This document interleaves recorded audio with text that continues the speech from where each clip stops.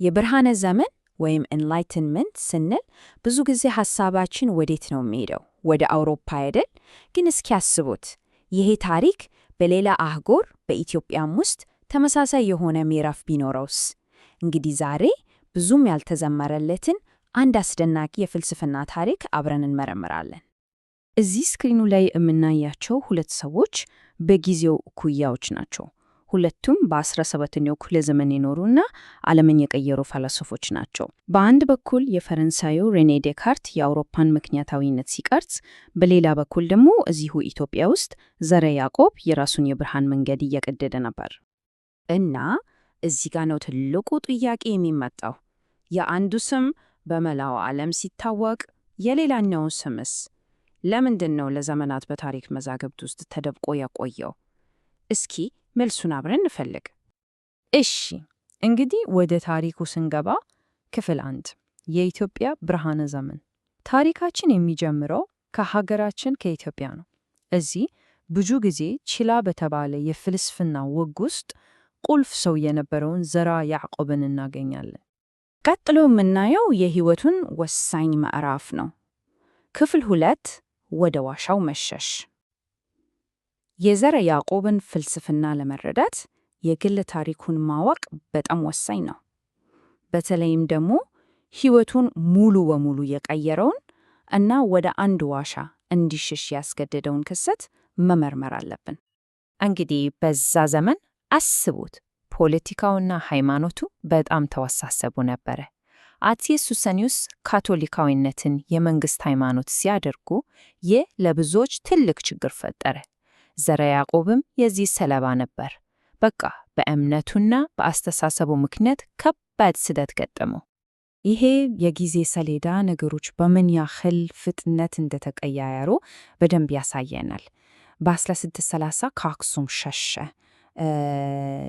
ለ2 ሙሉ ዓመታት ዋሻ ውስጥ በብቸኝነት አሳለፈ።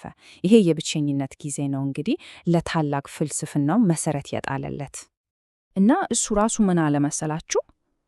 ከሊቃውንት ጋር ስኖር ከዘነብኩት በላይ ብቻዬን ዋሻ ውስጥ ስኖር ተምሬአለሁ። ይሄ በጣም ትልቅ ነገር ነው። ማለትም ከሰው ርቆ ከማህበረሰብ ጫና ነፃ ሆኖ ነው ንጹሕ አስተሳሰቡን ያፈለቀው። ያ ዋሻ የሱ ቤተ ሙከራ ነበር ማለት ነው። እሺ፣ ታዲያ በዛ ዋሻ ውስጥ ያሰላሰላቸው ሐሳቦች ምንድን ናቸው? እዚህ ጋር ነው ወደ ዋናው ስራው የምንመጣው።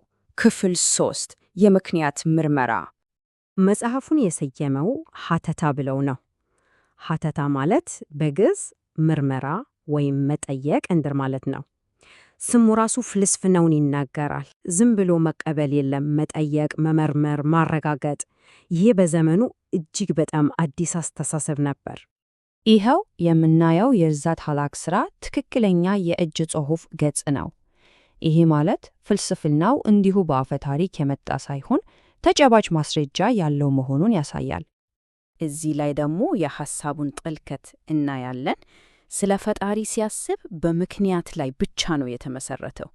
እኔን ወላጆቼ ፈጥሩኝ፣ ወላጆቼንስ፣ የእነሱንስ ወላጆች ያለ ሰንሰለቱን ወደ ኋላ ሲቆጥር መጨረሻ ላይ ያልተፈጠረ አንድ የመጀመሪያ ነገር መኖር አለበት ወደሚል ድምዳሜ ይደርሳል። ይሄ ንጹሕ መክንዮ ነው። ይሄኛው ሐሳቡ ደግሞ በዛ ዘመን በጣም አደገኛና አብዮታዊ ነበር። የኔ እምነት ለኔ እውነት እንደሚመስለኝ የሌላውም እምነት ለሱ እውነት ነው፣ እውነት ግን አንዲት ናት ይላል። ማለትም እውነተኛ እውነት በወግና በሃይማኖታዊ ትምህርት ሳይሆን በምክንያታዊነት ብቻ ነው የሚገኘው እያለ ነው ይሞግተው። እሺ፣ የሐሳቦቹ አብዮታዊነት ምን ያህል እንደሆነ ለማየት እስኪ ከዘመኑ ታላላቅ የአውሮፓ ፈላስፎች ጋር እናናጻረው። ክፍል 4 ከዘመኑ የቀደመ። ይህንን ንጽጽር ስናይ በጣም ነው የሚገርመው። በባርነት ጉዳይ ላይ ዘረ ያዕቆብ የፍጥረት ሕግ ሰውን ሁሉ እኩል ነው ያደረገው ሲል ይከራከራል።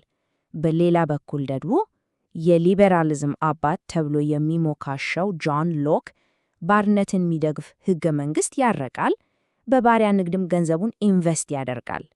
ልዩነቱ የሰማይና የምድር ነው። ስለ ሴቶች እኩልነትም የነበረው አቋም እንዲሁ አስደማሚ ነው። ባልና ሚስት በጋብቻ እኩል ናቸው ይላል እና ይሄ ዝም ብሎ በእንደፋ ሐሳብ ደረጃ አይደለም።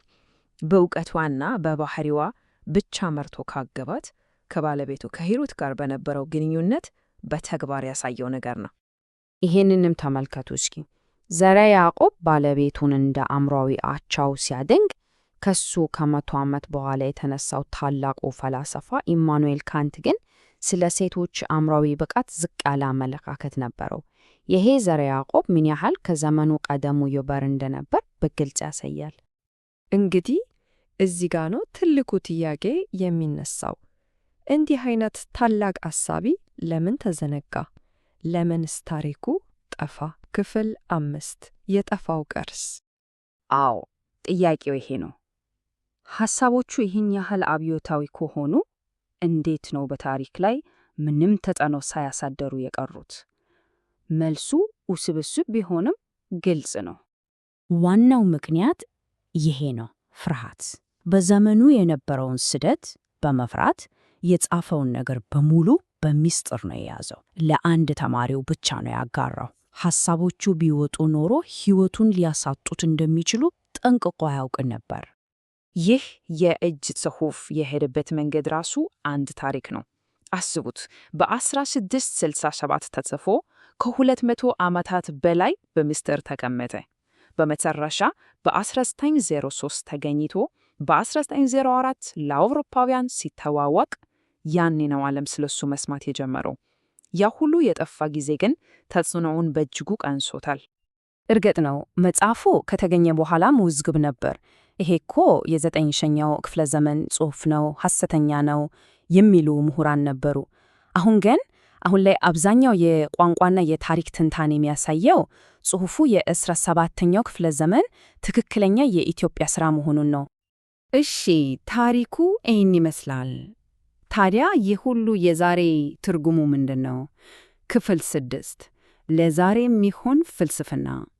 ይሄ ከአንድ የዘመናችን አንባቢ የተወሰደ አስተያየት በጣም ኃይለኛ ነው። የዘርዓ ያዕቆብ ጽሑፍ አሁንም ዓለምን ለመለወጥ ጊዜ ያለው፣ በህብረተሰቡ ላይ የሚያሳድረው ተጽዕኖ ገና አልተወሰነም ይላል እና እውነት ነው። ሐሳቦቹ ከዘመናት በኋላም ቢሆን አሁንም ጠቃሚና አስፈላጊ ናቸው። ስለዚህ ይሄ ታሪክ በአንድ ትልቅ ጥያቄ ይተውናል። የምክንያታዊነት ዘመን ወይም ኤጅ ኦፍ ሪዝን ብለን የምናውቀው ታሪክ ምናልባት ከተማርነው በላይ እጅግ ሰፊና ዓለም አቀፋዊ ቢሆንስ?